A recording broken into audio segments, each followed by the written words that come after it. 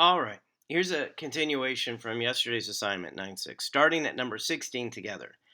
Yesterday we integrated, and today we're going to differentiate. So looking at number 16, I want you to recognize it's x times sine negative 3x. That means we need the product rule. And the product rule is the first times the derivative of the second. And the derivative of sine is cosine. And then there's another little hook or chain, and that's negative 3. Plus the second, which is sine negative 3x, times the derivative of the first. You don't need the 1 there, but you can do that just to understand the product rule if you like. And that's it. There's no need to simplify that at all. Number 17.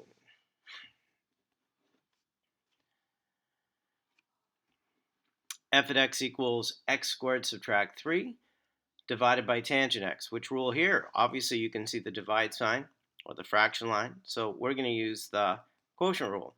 What is the quotient rule for number 17? So that's the bottom times the derivative of the top minus the top. That's the whole thing, x squared minus 3, times the derivative of the bottom. Derivative of tangent is secant squared. And then the bottom squared. And you can put the 2 there, or you can put parentheses around it and put a 2 on the top right corner. Up to you. Don't need to simplify it. Do you know the product rule? Do you know the quotient rule? And of course, the rule always is you can always press pause. You should always try the question first, then press play.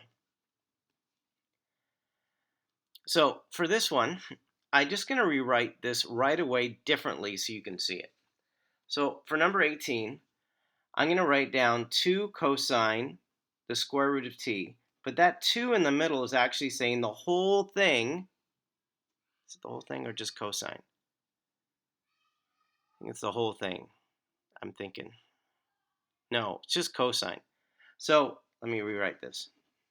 So the 2 is going to stay on the outside. But the cosine root t, that's going to be squared on the outside, just like that.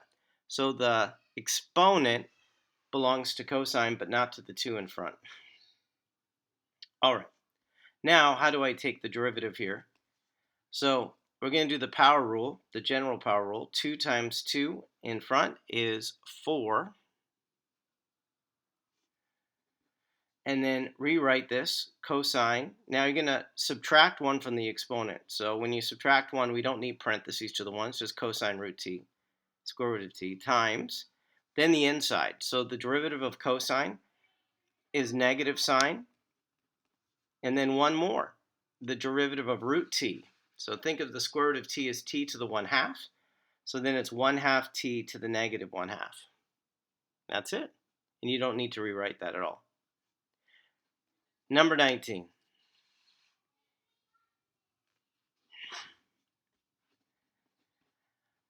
H at y equals ln secant y to the 3. All right, so what's the derivative here? So start with the 3. What's on the outside first? Rewrite everything else inside. Subtract 1 for the exponent times. What's next as we work outside to the inside is ln. That's going to be a fraction. What you see is the denominator. What's the derivative of secant? Is secant tangent. That's in the numerator.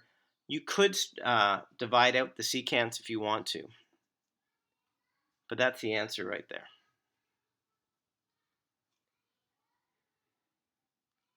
$20. Again, I'm going to remind you, the best is to try it first yourself. Number 20, a little bit awkward, just because we're not used to x being x equals, we're used to y equals. But even though it's awkward, write down x prime equals and then take the derivative of what you see. You have to start on the outside. So what's the derivative of cosine? And the answer is negative sine. So we first start with negative sine. Then you just write down what you see. Then you have to do the derivative of the inside. Now, what's the derivative of arc sine? Well, that's the derivative. It's a fraction. In the denominator is the square root of 1 minus whatever's inside squared. So in this case, it's just t squared. And then what's the derivative of t? Is 1. That's what goes in the numerator. And that's it. You just did it for number 20.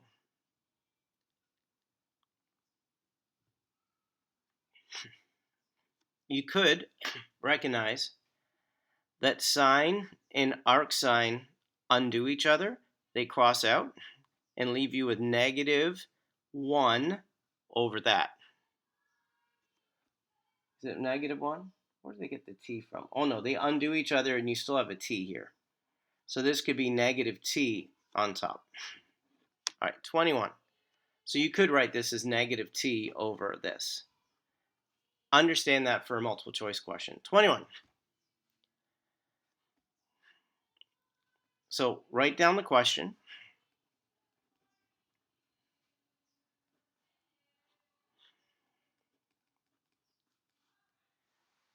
Press pause. Do it. Press pause and try the question first, then press play. Why not, right? You have time, I think. All right, we're going to take the derivative. So what's the rule for arctan? So it's a fraction. So it's going to be 1 plus. Now, what do I see here is v minus 1 squared. So for v minus 1 square, I have to square it. So v minus 1 squared, I square it. So we can combine that together to the exponent 4. And the numerator, what's that? It's the derivative of this. And the derivative of this is 2 in front. Subtract 1 from the exponent. And v subtract 1, that hook is just 1. So that's what it is, or 2v subtract 2. And that's it. So you could combine this together to say v subtract 1 to the exponent 4, or just leave it as you see it. 22. Y equals x sine x. And you're supposed to evaluate the second derivative. And to do it at x equals pi over 4. So let's do this one step at a time. So the first derivative, we're going to use the product rule. That's the first times the derivative of the second plus the second times the derivative of the first. And the derivative of the first is 1, so I'm just going to leave it like that. Now I have to do it again. So the second derivative, again the product rule. The first times the derivative of the second plus the second times the derivative of the first. And then what's the derivative of sine x is cosine x. So because we're evaluating at this, we're going to simplify it just a little bit.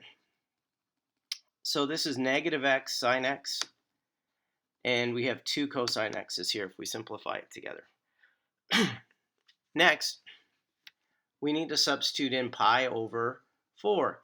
Now, if this was free response, you just leave the answer like this. But in case it's not, how would you do it?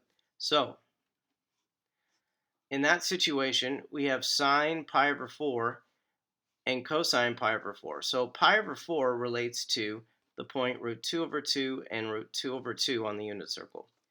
So what's the y value and what's the x value? They're exactly the same. So the value of sine at pi over 4 is the y value. That's just root 2 over 2. Cosine is the x value, again root 2 over 2, and you have your answer. Now we could write this as negative pi root 2 over 8 plus root 2, if you like, because the 2's divide out, but that is unnecessary at the end.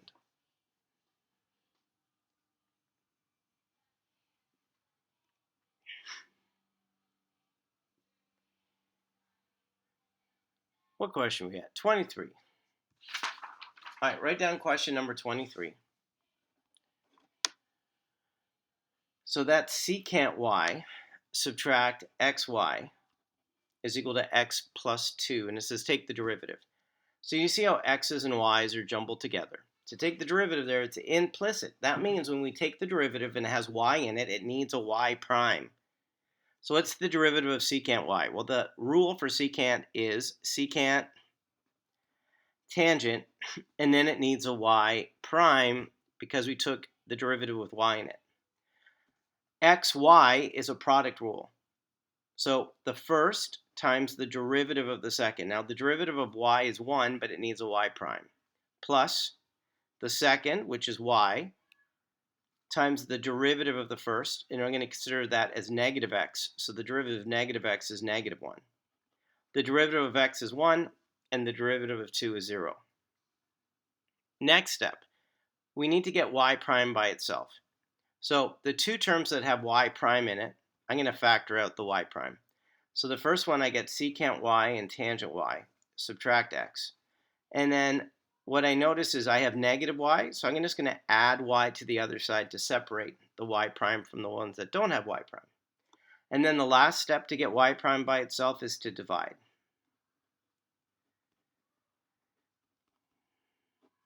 And there you go.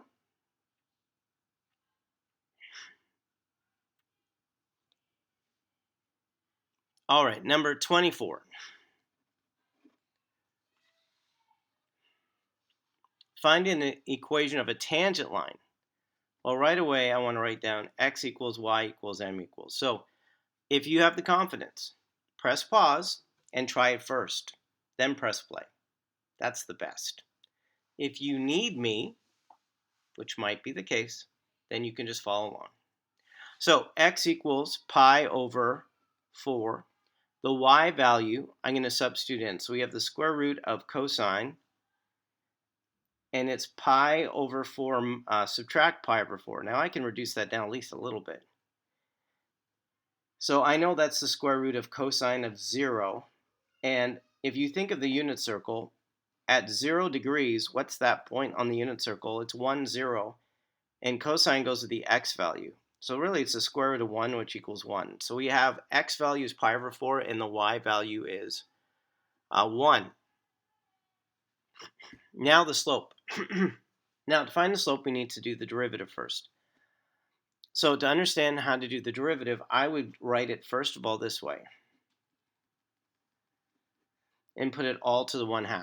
Now that's not y prime yet, so we're going to write down y equals. So for y prime then, I'm going to do the power rules. I'm going to go 1/2 in front times cosine x minus pi over 4. Subtract 1 to the exponent, so now it's negative 1/2. Then the derivative inside. So cosine, the derivative is negative sine. And the derivative of x is 1, and of negative pi over 4 is 0. So I don't need the 1 there. It's over. So that's the derivative. Now we're going to plug in pi over 4. So if I go 1/2 and I plug in pi over 4, let's just simplify it just a little and see what we get. Now I'm going to tell you that when you do the derivative here, it's going to be super easy because it feels complicated. But this part here, we're multiplying, and notice that pi over 4 subtract pi over 4, this is just the answer 0, right? And at 0 degrees, what's the y coordinate? Well, it's 0. So this whole part here just equals 0. And 0 times anything is 0. So the slope there is 0. It's a horizontal line. And so for the tangent line to be horizontal, we just write down y equals, the slope is 0, so you don't need 0 this. It's just y equals the y coordinate, and our y coordinate's 1. So you could write it as 0, x minus pi over 4 plus 1, but just recognize that this whole part 0 times, this leaves me with 1 anyways. It's a horizontal line at y equals 1. All right, 25. Write it down. Without using a calculator, find the x values where y equals e to the x sine x has horizontal tangents. Now, before I let you try it by yourself, horizontal tangents means the slope is equal to 0. That means for calculus, can you take the derivative, make it equal to 0, and solve for x without a calculator? So I'm going to let you try it. Press pause Can you take the derivative, make it equal to 0, and solve for x? Go for it. All right. For those that need me, you just keep going on. So here we are. The derivative is the product rule. That's the first times the derivative of the second plus the second times the derivative of the first. So there I went. That's the derivative. After you do the derivative, make it equal to 0. And then to solve this, we're going to factor out e to begin with. So e to the x gets factored out. Then you take each factor, make it equal to 0. Now, e to the x can never equal 0, so there's no solution there. But the second one, plus equal to 0. When is it that cosine plus sine would equal 0? Now, if you like, you can subtract sine and recognize that at what angle are they equal to each other, but one is positive and one is negative. So I want you to recognize that as a 45-degree angle. That's when they're equal, but now what quadrants are the signs different in? So that's 2 and 4. So if I want to find the solution between negative pi and positive pi, I have to think about it first of all. So first of all, I know the answer is going to be over 4. And there's going to be 2 of them. Now, if I draw a unit circle and I want my answer between negative pi and pi, so it's a bit awkward. Negative pi is here and positive pi is here. So it's like from here to here, if you like. So in quadrants 3 and 4, we're going to write it as a negative angle. And in quadrants 1 and 2, we're going to write it as a positive angle. So first of all, I'm looking at this quadrant and I'm looking at this quadrant. So in this quadrant, it's going to be written as a negative angle because of the restriction. So as a negative angle, it's just negative pi over 4 in quadrant number 4. And then what's the positive angle that's in quadrant number 2?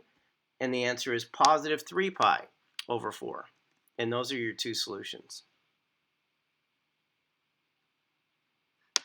26. I know the trigonometry, right? We'll try our best. That's all I ask. Without using a calculator, find the area of the region. So first of all, when I hear area, what calculus is that? So I know it's integration. It tells me the bounds. It's bound from 0 to 1. So I'm just going to do that. And then we have 2x and x to the 4th plus 1 dx. So first of all, the setup. Do you understand that it's integration and the bounds are actually given? You don't have to find them. Next is how do I actually find the area of that? What is this without a calculator? So because I see a fraction, the first thought might be a logarithm. And the derivative of x to the 4th is 4x cubed, and it does not match. They are not like terms. So my next thought is, this could be arctangent, because that's also a fraction and adding on the bottom. That comes with practice, experience, that you see a fraction and you go through the possibilities of what it looks like. If this is arctangent, then a would equal the square root of 1. U would be the square root of x to the 4th, which is x squared. And u prime would be 2x. Does that match the numerator? Exactly. And I would say even if they're like terms, we could put a fraction in front. So that's it. This is arctangent. So then what would the answer be for arctangent? How do I write that? It starts with a fraction. That's 1 over a. Now that in this case is just 1 over 1.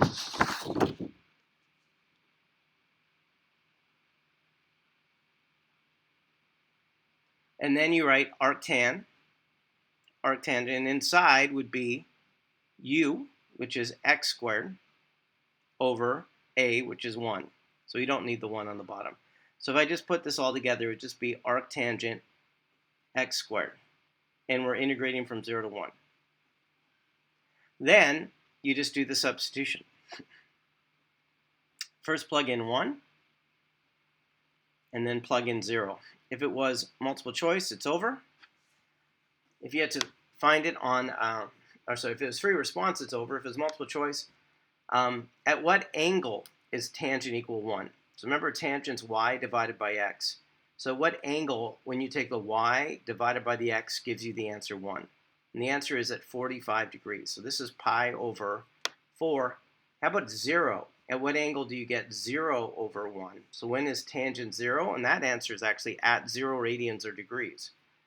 So at 0, you have this point at 0 degrees or radians. So y divided by x gives you the answer 0. So altogether, the answer is just pi over 4. All right, number 27. This one's going to require a calculator. So if you have your calculator, great, or you can also use Desmos, but it'd be nice if you had your calculator. Press pause if you need to. I'm always here, it's just a video. So 27, same thing, but this time we're revolving it around the x-axis. So it's again an integration question.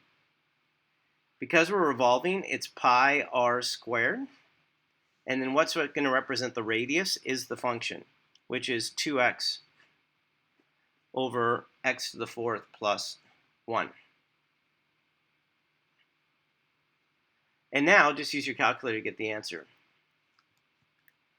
So let me clear what I have here.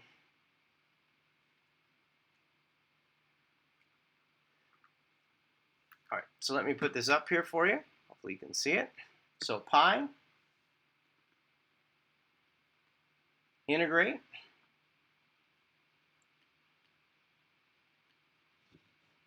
and I'm integrating from 0 to 1, and then parentheses, and we're going to type in 2x, and then a fraction, and then in the denominator, as in x to the 4th, plus 1,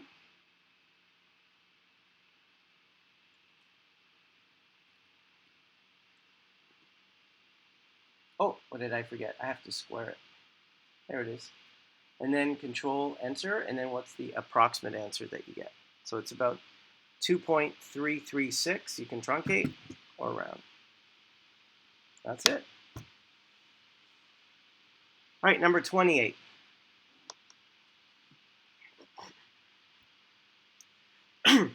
Find a general solution of that equation. I mean, C will be a part of it.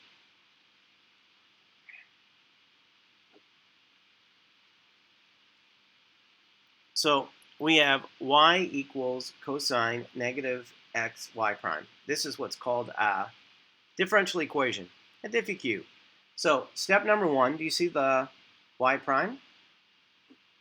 We can write that as dy by dx.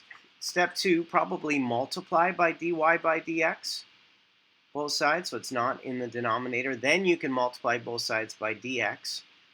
So if you multiply both sides by dx, there you go. So step 1 is to separate the variables. Hey, we did that. Step 2 is to integrate. So to integrate dy, it's just y squared over 2. To integrate cosine, it's sine.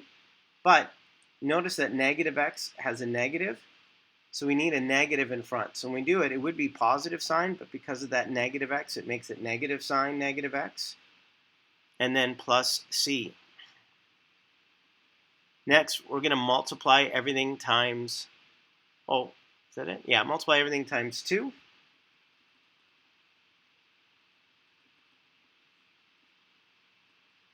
And then it's good practice to know how to do this. So you can change the constant. So instead of multiplying everything times 2, now we have a fresh constant, just c2, that represents 2 times c1, and then the square root. We're not given a point to know if it's positive or negative, right? Or are we given a point? So for a, we're not given a point. So it could be positive or negative when you take the square root. So the general solution would be like this because you're not given a point at all. So that's part A. That's done. Part B is when, hey, you're given a point and the y-coordinate is positive or negative. So the y-coordinate is negative. So because of that, then we can write it this way. Then we have a substitution to do. It says the y-coordinate is negative 3. and it says the x-coordinate is pi over 2. And then we're going to solve for c, so we need to know a little bit of trigonometry here. Notice that we can divide by -1, and now it's positive 3, and we can square both sides. So let's get to that point.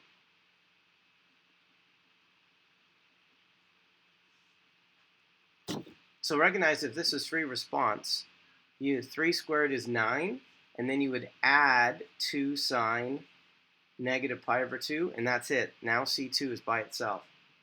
If I had to, to simplify it, notice that negative pi over 2 is at the bottom. And what's the y-coordinate at the bottom? So it's -1. So if I did that 9 take away 2, the answer would be 7. And then to put it all together, we'd rewrite all of this, and then C2 would just be 7. Oh, there it is. Done. That was a good question. Number 28. All right, 29. We're going to get to 31. If you find you don't have enough time to do the whole thing at once, it's okay to do like 15 minutes and then another 15 minutes, like whatever fits. And if one day you can't and the next day you can do a couple lessons, that's fine too. I'm just trying to give you a sense of still doing calculus with me and to do the best we can, okay? So 29. Find the slope. So you're given a diffie q, dy by dx.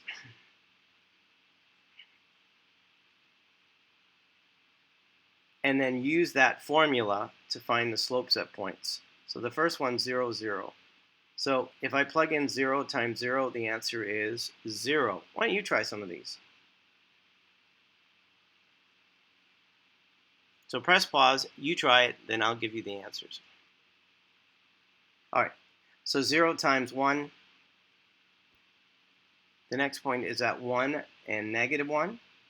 So using that formula, you get the negative times the negative will give you +1. So ultimately, you're just multiplying them together, and you have a negative in front.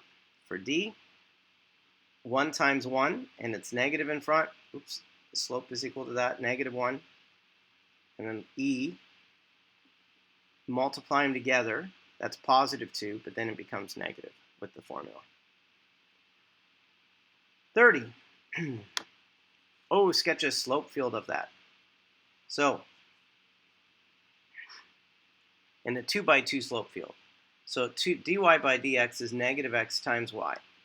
So a 2 by 2 just means we go 2 to the right, 2 up, 2 left, and 2 down. I don't even have another colored pen right now.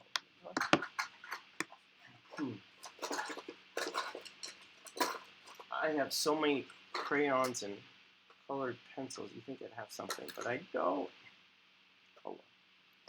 So I'll just do the slope field right here. So let's do the ones we know. So at 0, it's 0. Let me draw.